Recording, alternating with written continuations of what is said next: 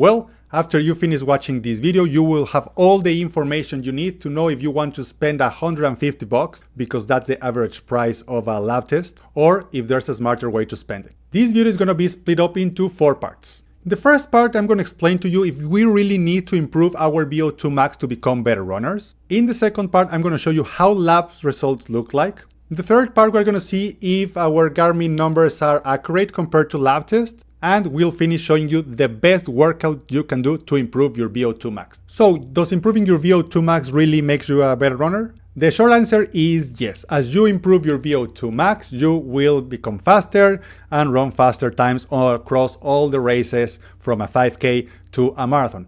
But I think it's as important to know that according to Peter Attia, improving your VO2 Max is the #1 way to improve your longevity and quality of life as you grow older. VO2 Max is the greatest predictor of lifespan. But for runners, I think there's a caveat here. We should not obsess about our VO2 Max, the exact number of our VO2 Max. We should think more about the overall trend of our VO2 Max, because if you can improve your VO2 Max from 42 today to 43, 44 in the next 12 weeks, it's not going to make a huge difference. But if you focus on your VO2 Max today and your VO2 Max in the next 3, 4, or 5 years, believe me, you are going to become a better runner. And when you are consistent, when you run 80% of your miles easy in zone 2, and then you add one of the workouts I'm going to suggest here to improve your VO2 Max, there is no way you can't become a better runner. Okay, now let's look at some real life examples of results of a lab VO2 Max test. So you're going to get a lot of graphs, you're going to get a lot of numbers, but I want to focus on a few things that are the ones that I think will help you if you want to use this information to become a better runner. So on the top here, we see the graph of the things we are explaining or we are seeing down here in a table. And I want to focus on 3 things. The first is the speed at what this runner was going or doing his test. He started at 2 miles per hour and finish at 7.5 miles per hour. And this is a really cool and interesting part. Here it's telling us how much carbohydrates and how much fat he's using at different speeds. Let's focus to start in this 4 miles per hour. 20% of his energy was coming from carbohydrates and 79, pretty much 80% of his energy was coming from fat. So if you want to lose weight, this for him, in this case, is the magic number to go at 95 beats per minute to achieve this huge ratio of burning fat instead of carbohydrates. But we as runners, if we are running marathons, 5Ks, 10Ks, we run way faster than this, right? Or that's our goal at least. And you can see that his test stopped improving or going faster at 7.5 miles per hour, when he was burning already 80% of carbs and just 20% from fat. But just 4 minutes later, at 10 minutes of the test, still going at 7.5 miles per hour, 100% of his energy was coming from carbohydrates. And I think this is a huge number, and this tells us how important it is to consume carbohydrates when we are running, especially when we are running more than 1 hour and 15 minutes, because the reserves of glucose in our body, it's only about 2,000 calories. And that leads us to the next point. How much our calories per hour we are burning at different speeds. At 95 beats per minute, he's only burning 361 calories per hour. But when he starts going up around 7.5 miles per hour, it shoots and stabilizes at around 1,100 calories per hour. This number is also super important because it helps us to improve our carb loading and also our fueling consumption during long races like half marathons, ultra marathons. He already knows that he burns around 1,000 calories per hour at this speed, and if we have 2,000 calories of reserved glucose in our body, so he can run around 2 hours at that pace without hitting the wall. Obviously, if you're going to run longer, that's why you need to consume gels and carbs and all the things you can consume to top up these reserves to don't hit the wall during a marathon or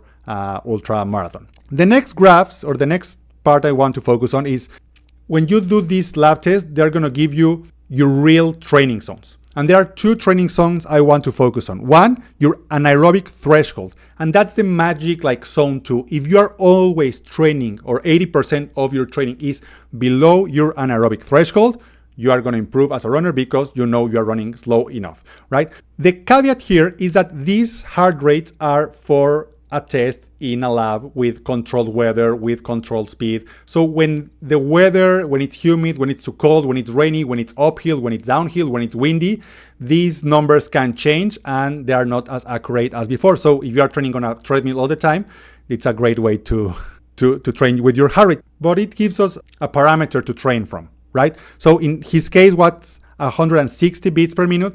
And then we have zone 5. Zone 5 is when we are training our anaerobic systems, when we are improving our running economy, when we are improving our speed. And in this case, he needs to train above 160 beats per minute. Now let's talk about if our Garmin watches are accurate enough when they give us VO2 max numbers. Let's start with some research. According to this study, Garmin's are 5.7% inaccurate. But if we think about that we want to see trends, not only the exact number, I think for me is accurate enough not to spend $150 in a lab test. And this other study says that Garmin's are only 0.3 milliliters of a lab test. That means that if you get in a lab test a 49% or a 49 number of your VO2 max, Garmin can suggest 48 or 50, and that's for me pretty accurate. And there's also a lot of practical evidence that you can find online. I researched a lot of YouTube videos, a lot of threads on Reddit,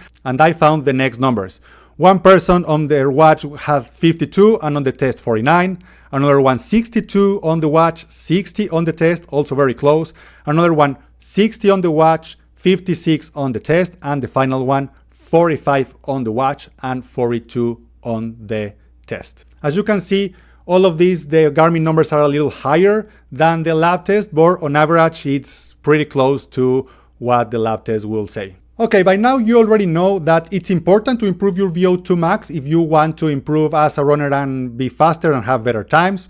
You already saw how the results of a lab test look like, and you can make a better informed decision if you want to invest the money in getting a lab test. You also learned that our Garmin's are pretty accurate if we consider that the trend is the important thing, not the actual real number. Now let's talk about the best way to improve your VO2 max when you run. And the sweet spot to improve your VO2 max is to have intervals that last between 3 and 8 minutes with a 1-to-1 rest ratio. What does that mean? That if you are doing an interval for 3 minutes, you rest for 3 minutes. If you are doing an interval for 8 minutes, you are going to rest for 8 minutes. And this is really important because if your interval is shorter than 3 minutes, it's not going to work on your VO2 max.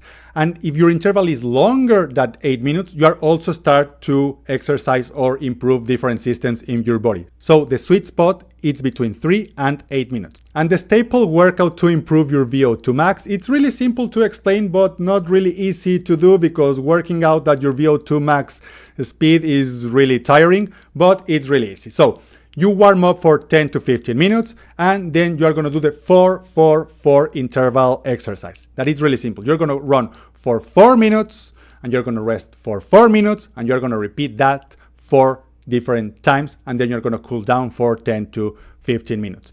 In these 4 minutes, you need to be as tired as you possibly can running for those 4 minutes. You're going to have 4 minutes to rest, so you're going to be ready to go to the next level. And the important thing here, and that's why it's super interesting, is that within those 4 minutes of rest, your VO2 max or your heart rate doesn't go low enough so you don't recover enough, and the next 4 minutes you are going to be running at your VO2 max level more time, and the next more time, and the next more time. Do this once a week. Change it for one of your speed sessions, and in a few weeks you'll start to notice the difference and improve your VO2 max. And if you know your VO2 max, share it with us in the comments, and don't forget to subscribe to get notified when we upload more videos.